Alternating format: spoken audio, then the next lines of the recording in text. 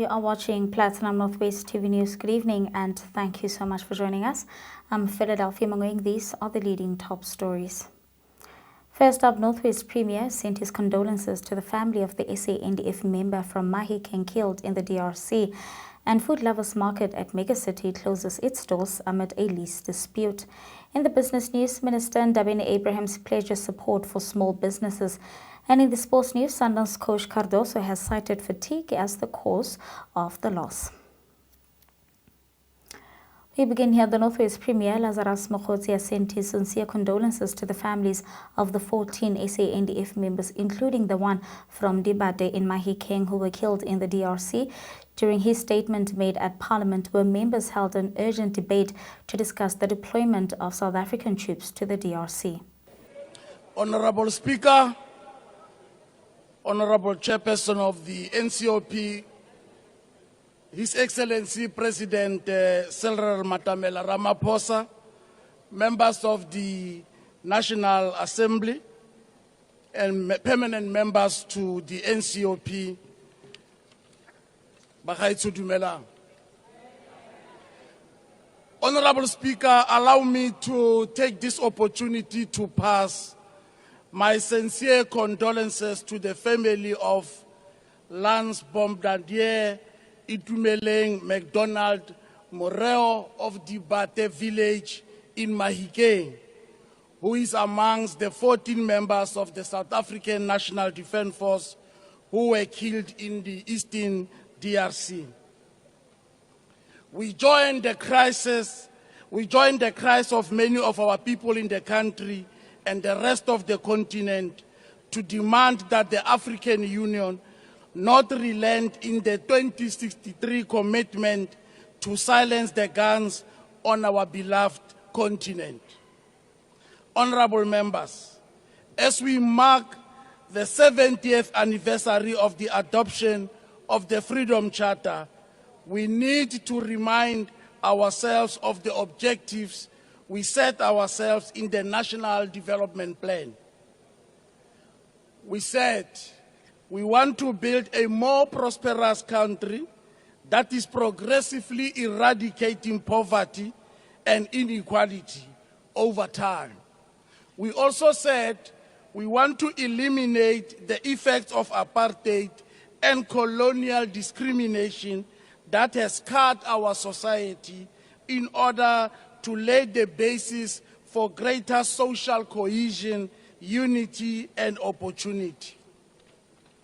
Honorable President, the Northwest is arguably the richest province in South Africa, yet has the highest unemployment rate in the country.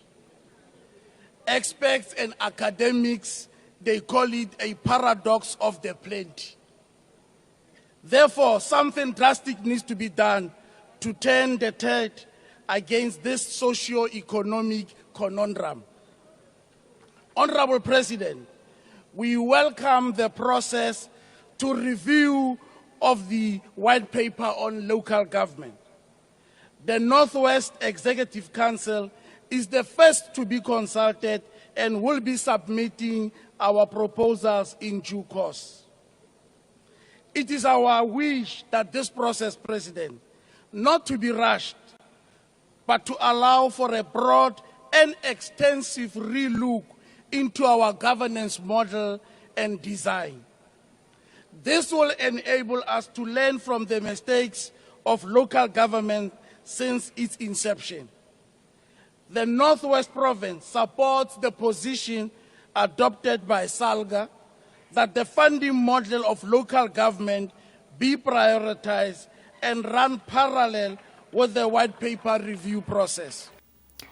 MPs were discussing operational reasons for the deployment and whether the mission is adequately resourced.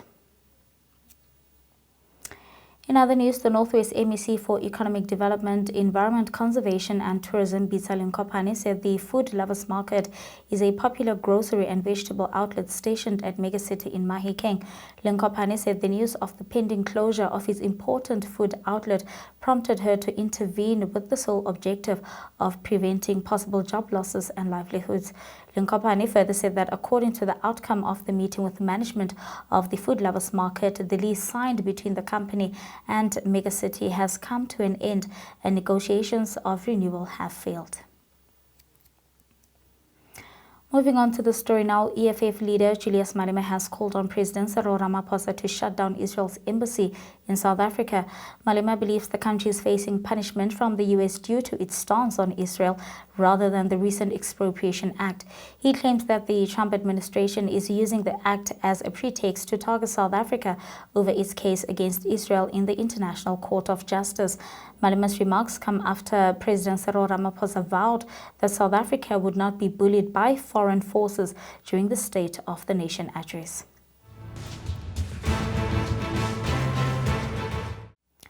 Moving on to international news now, US President Donald Trump's name dominated South Africa's State of the Nation address debate last night.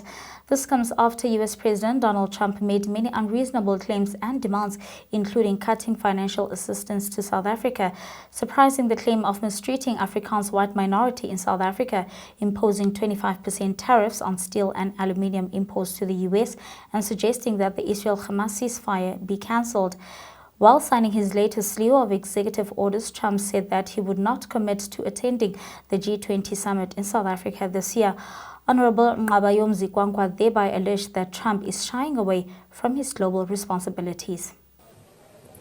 Thank you very much, Deputy Speaker. Reflecting on the impact of what I prefer to call the populist ultra-nationalist policies of the United States of America, during President Trump's first term in office, The Economist magazine posed a fundamental question in April 2017 as to whether China was challenging the US for global leadership. They put it as follows, I quote, "The two countries are looking in opposite directions. America away from shouldering global responsibilities, China towards it.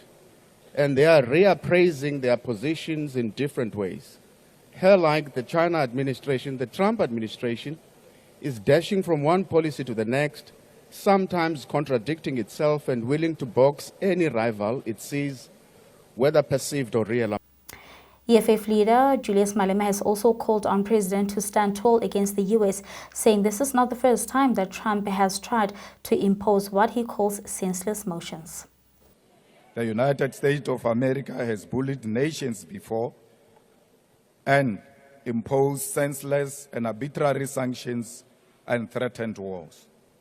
But we are a different generation. We are a generation of economic freedom fighters and will not be bullied, Mr. President. We agree with you, President, that we should not be bullied. We stand on the shoulders of the giants who confronted the establishment with their very lives, and we are willing to follow in their footsteps. Let's take a look now at the business news.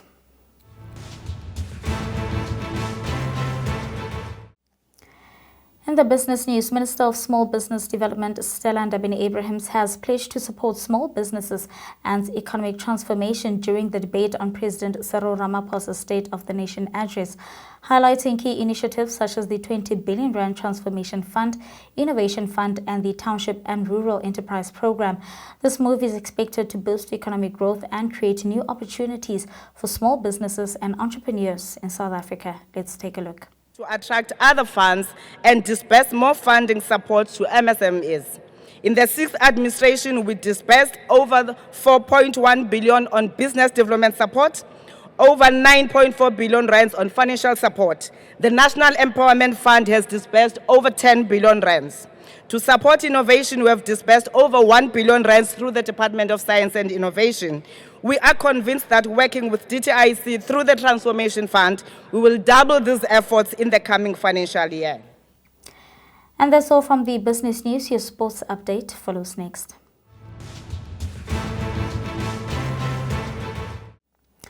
In soccer news, Mamelodi Sundowns coach Miguel Cardoso attributed Tuesday's unexpected 1-0 defeat to TS Galaxy at Mbombela Stadium to fatigue. He also acknowledged that the defensive strategies employed by Galaxy posed significant challenges for the team. Their initial loss occurred last year in October when they were defeated 1-0 by Polokwane City. Sundowns will compete against Limpopo AB Motsepe League team Mpeni Home Defenders in the last 16 of the Nedbank Cup at the Lucas Moripe Stadium on Sunday. Moving on to cricket news, Australian bowler Mitchell Starc has officially withdrawn from the Champions Trophy due to personal reasons. This development leaves the squad without its 3 primary fast bowlers for the ODI tournament in Pakistan and the United Arab Emirates. Starc's decision follows the earlier injuries that sidelined pace leader Pat Cummins and Josh Hazlewood. The Australian national team, current world champions, will now rely on the group of emerging fast bowlers Sean Abbott, Spencer Johnson, Ben Dawson and Nathan Ellis as to pursue additional ODI titles. And that's where we're going to have to leave it for tonight. Thank you so much for watching. The team will be back again tomorrow evening. Till then, good night and take care.